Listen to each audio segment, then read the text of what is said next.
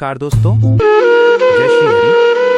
जीवन एक बहती हुई नदी है और मृत्यु उस नदी का सागर में मिल जाना। हम अक्सर मृत्यु शब्द सुनकर सिहर उठते हैं, डर जाते हैं।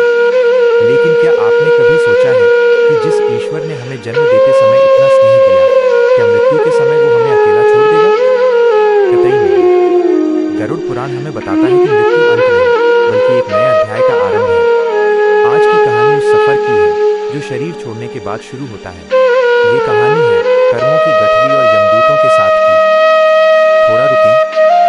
मित्रों, शास्त्रों में कहा गया है कि जब अंतिम समय आता है तो मनुष्य की बोली बंद हो जाती है, लेकिन उसकी चेतना पहले से कई गुना अधिक जागृत हो जाती है।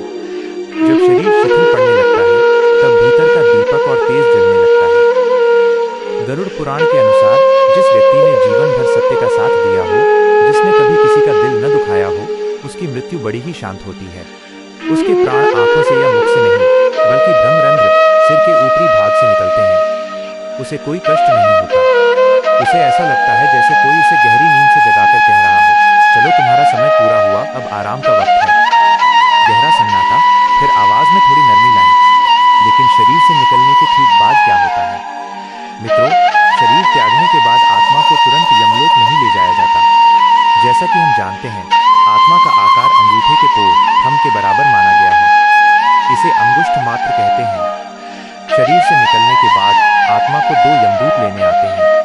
लेकिन डरिए मत, जो पुण्यात्मा होते हैं उनके लिए ये यमदूत डरावने नहीं, बल्कि रक्षक जैसे दिखते हैं। वे आत्मा से कहते हैं, हे पथिक, तुमने पृथ्वी लोक पर बहुत संघर्ष कर लिया, अब चलो, तुम्हें तुम्हारे कर्मों का फल चखना है। परंतु यहाँ एक बहुत बड़ा रहस्य है जो गरुड़ पुराण खोलता है, और वो रहस्य है कर्मों की गठरी।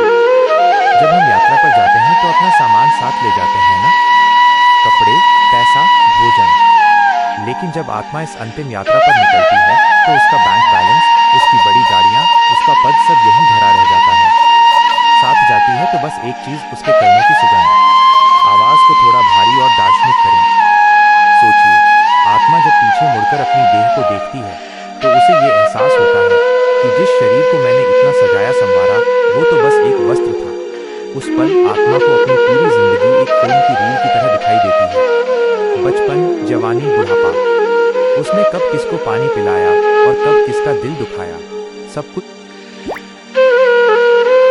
शीशे की तरह साफ हो जाता है। गरुड़ पुराण कहता है कि आत्मा को वायु रूप शरीर मिलता है। वो हवा में तैरती है, उसे भूख नहीं लगती, प्यास नहीं लगती, लेकिन उसे पिपासा लगती है, यानी अपने प्रियजनों के प्रेम की प्यास। यही कारण है कि हमारे धर्म में 10 दिनों तक पिंडदान और पानी देने का विधान है। आप सोचेंगे कि एक मृत आत्मा को भोजन कैसे मिलेगा? मित्रों, ये भोजन पेट भरने के लिए नहीं होता, ये ऊर्जा होती है। जब बेटा या परिवार का कोई सदस्य नम आंखों से और शुद्ध मन से अंजलि में जल भरकर कहता है, हे पिता, हे पूर्वज, यह जल आपके लिए है, इसे ग्रहण करें, तो वो जल मंत्रों और भावनाओं की शक्ति से अमृत बनकर उस आत्मा तक पहुंचता है। भावुकता के साथ ये उस आत्मा को बल देता है, उसे ये तसल्ली देता है कि मेरे जाने के बाद भी मेरा परिवार संस्कारी है, वे मुझे भूले नहीं हैं। यह तृप्ति ही उसे आगे की यात्रा के लिए तैयार करती है। गरुड़ पुराण में वैतरणी नदी का जिक्र आता है। बहुत से लोग इसे सुनकर डर जाते हैं कि वो खून और मवाद की नदी है। लेकिन सत्य ये है कि वैतरणी केवल एक प्रतीकात्मक नदी है। जो लोग जीवन भर लोभ, मोह और पाप में डूबे रहे, उनके लिए ये नदी उफनती हुई आग जैसी है, जिसे पार करना असंभव लगता है। उनका अपना ही पाप उन्हें डराता है। किंतु आवाज में आशा और चमक लाए। किंतु जिन्होंने जीवन में दान किया है, जिन्होंने गौ सेवा की है, जिन्होंने प्यासे को पानी पिलाया है, उनके लिए यही वैतरणी नदी ठंडी हवाओं के झोंके जैसी बन जाती है। उनके लिए वहां एक नाव आती है और वे बड़े आराम से उस नदी को पार कर जाते हैं। यमदूत भी उनका हाथ पकड़कर उन्हें चढ़ाते हैं। यानी स्वर्ग और नर्क कहीं बाहर नहीं, हमारी अपनी ही यात्रा के पड़ाव है। हमारा अच्छा व्यवहार ही वहां हमारी VIP एंट्री है। गंभीरता से अब सवाल ये उठता है कि 13वीं के बाद आत्मा कहाँ जाती है? 13वीं के बाद आत्मा पृथ्वी के वायुमंडल को पूरी तरह छोड़ देती है। अब वो पितृलोक की ओर बढ़ती है। पितृलोक वह स्थान जहाँ हमारे पूर्वज, हमारे दादा परदादा पहले से मौजूद हैं। गरुड़ पुराण के अनुसार जब कोई नई आत्मा पितृलोक पहुंचती है तो वहां उत्सव जैसा माहौल होता है। पुराने बिछड़े हुए पूर्वज उससे मिलने आते हैं। वे पूछते हैं, पृथ्वी पर हमारे वंशज कैसे हैं? क्या वे धर्म के रास्ते पर हैं? क्या वे हमें याद करते हैं? अगर हम यहाँ पृथ्वी पर अच्छे कर्म करते हैं तो हमारे पूर्वजों का मस्तक वहाँ गर्व से ऊंचा हो जाता है। लेकिन अगर हम यहाँ लड़ते हैं, पाप करते हैं, तो वहाँ उनकी आत्मा दुखी होती है। इसलिए दोस्तों, हम जो भी करते हैं उसका सीधा असर उस दूसरी दुनिया में बैठे हमारे अपनों पर पड़ता है।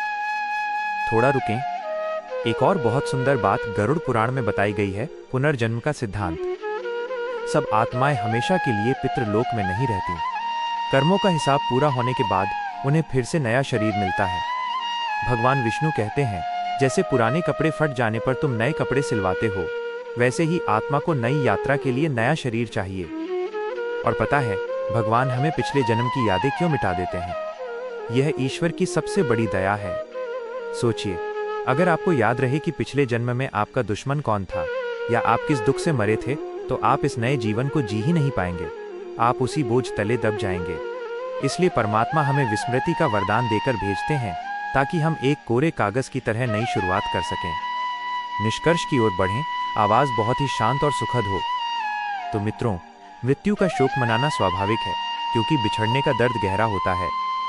लेकिन गरुड़ पुराण हमें सिखाता है कि मृत्यु अंत नहीं, रूपांतरण है, ट्रांसफॉर्मेशन। जो गया है वो कहीं मिट नहीं गया, वो बस एक कमरे से दूसरे कमरे में गया है। वो अब भी ऊर्जा के रूप में इस ब्रह्मांड में मौजूद है।